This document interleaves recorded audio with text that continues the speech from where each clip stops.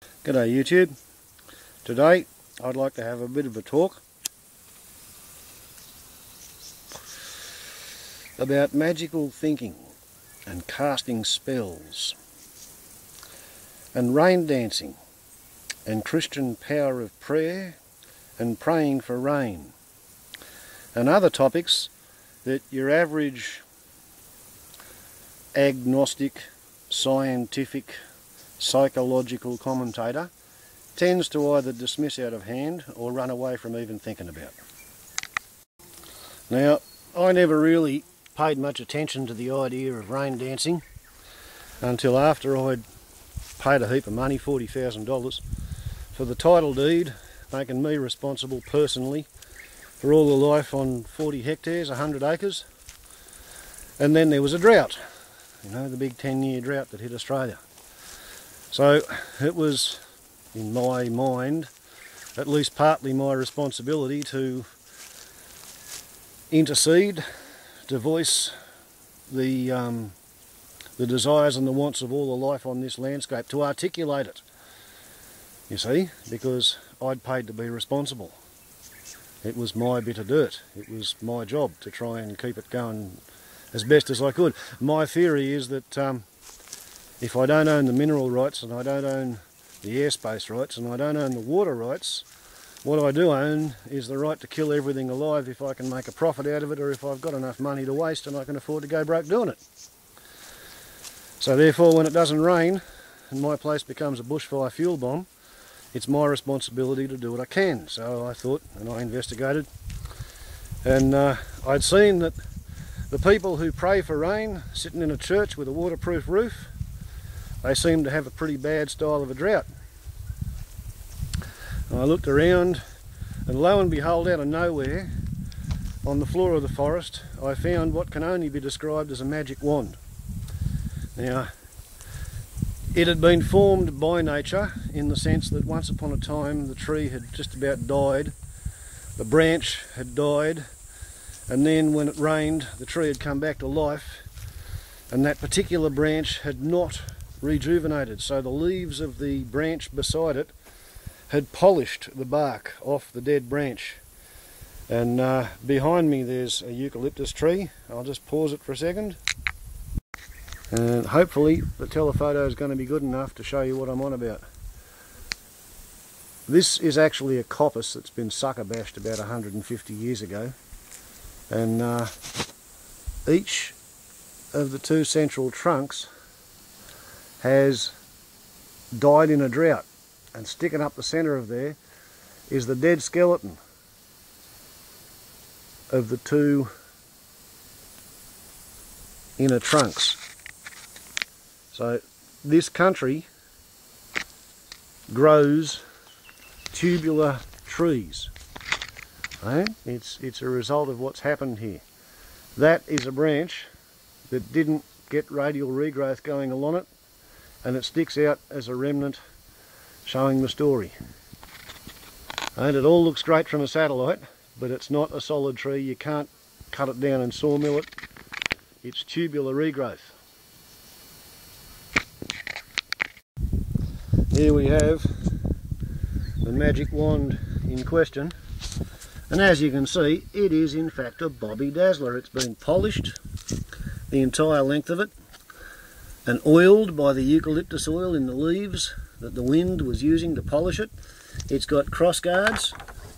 It fits the hand. You know, like if you were trying to design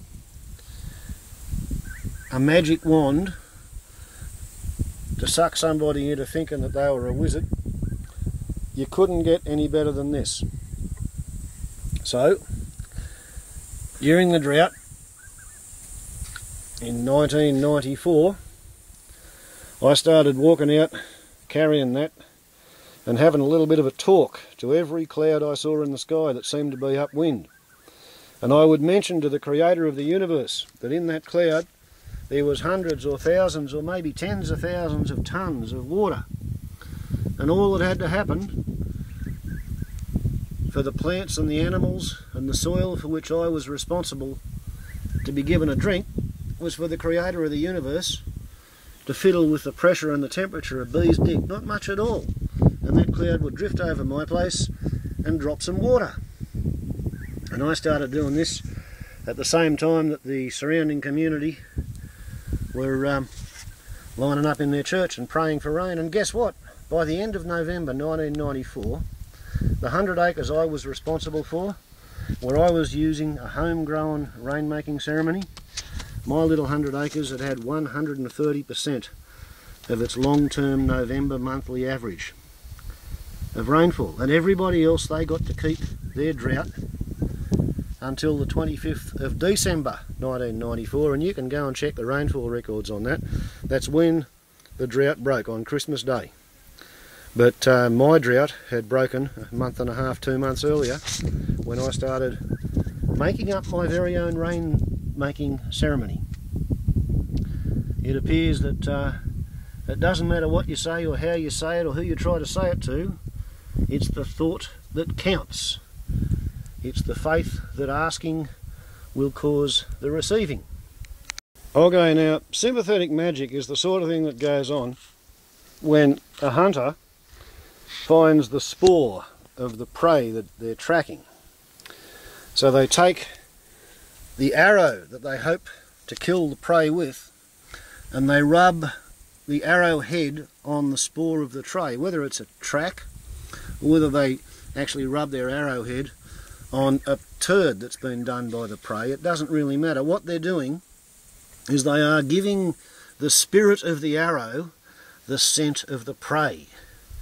It's a deeply sympathetic magical act, and while I've never quite done that, I have done something that's probably just about that far out there.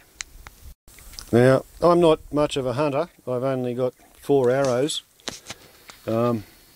This one up the top here, it's a target arrow, very, very rarely used.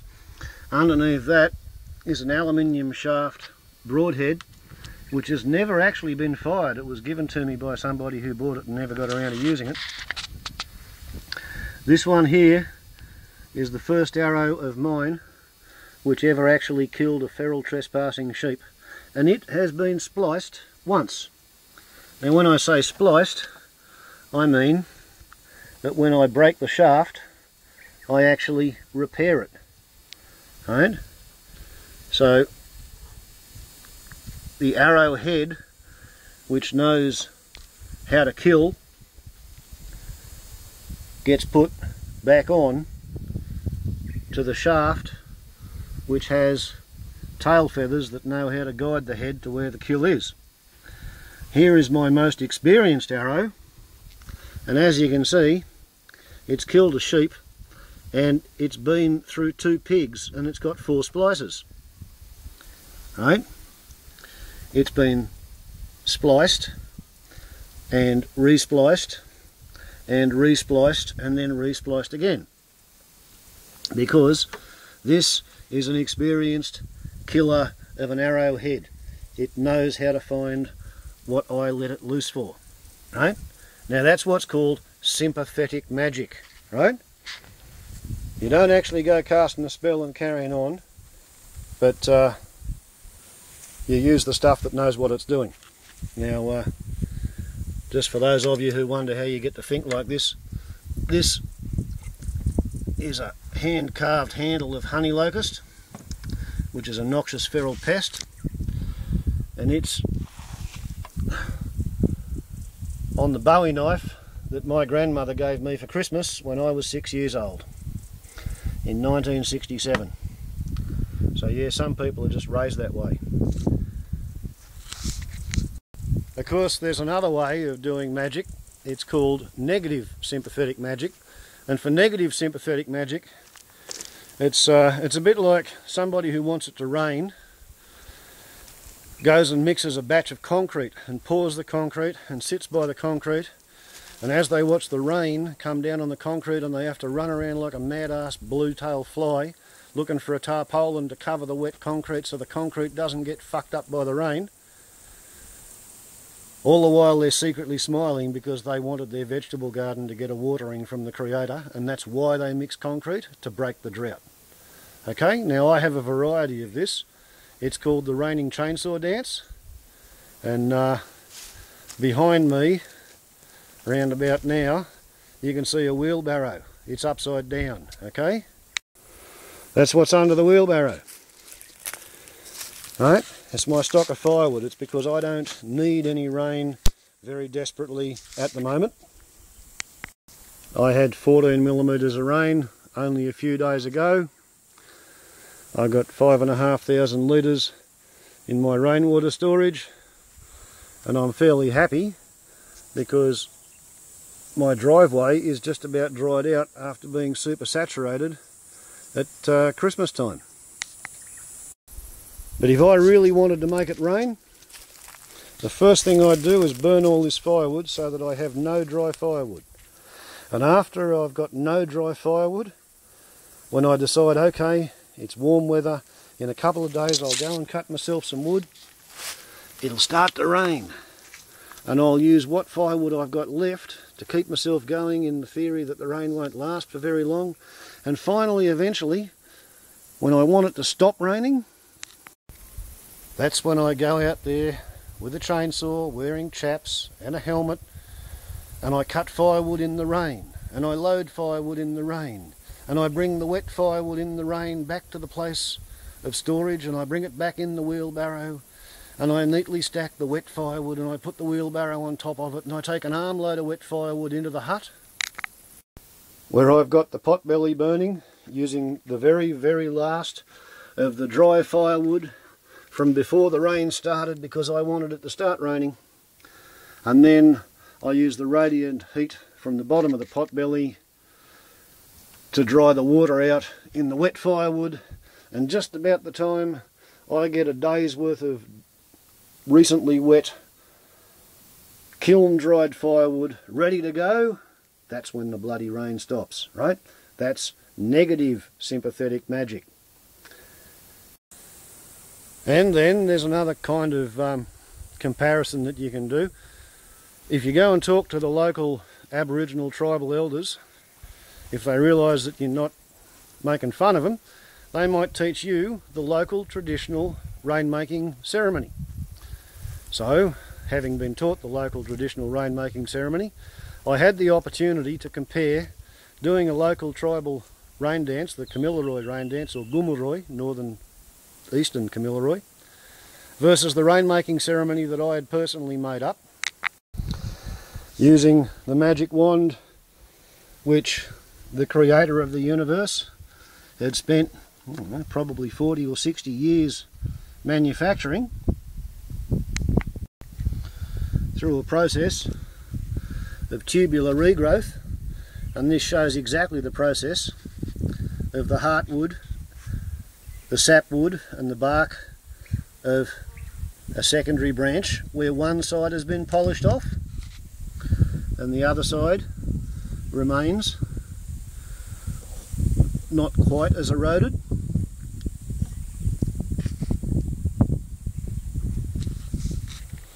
So I wanted to test that one against the Aboriginal rain dance, and they worked out approximately equal. Both were, vastly better than praying in a church with a waterproof roof. And so then, when I was in sort of the serious Aboriginal aerodynamic artefact wood carving phase, I got into the idea of these things called Gayandis, which is a word that means spirit of the Bora. And if you use one of these compared to a normal Aboriginal tribal rainmaking ceremony, you're looking at 2.5 millimetres in the afternoon instead of 0.5 millimetre on a clear blue sky morning, when the weather forecast is a slight chance of isolated showers. So if you use a Gayandi, a spirit of the Bora, a magic spell enhancer, you can make pretty much whatever magic spell you want to cast roughly 5 times more effective. Okay, so the big question is it worth doing magic spells? And speaking as a white wirri nun, that's a wise man, medicine man, magician, I'd have to say no, it's not worth doing. The creator of the universe can pay attention to what you want without using a magic spell. But it's nice to know how they're done. Ciao.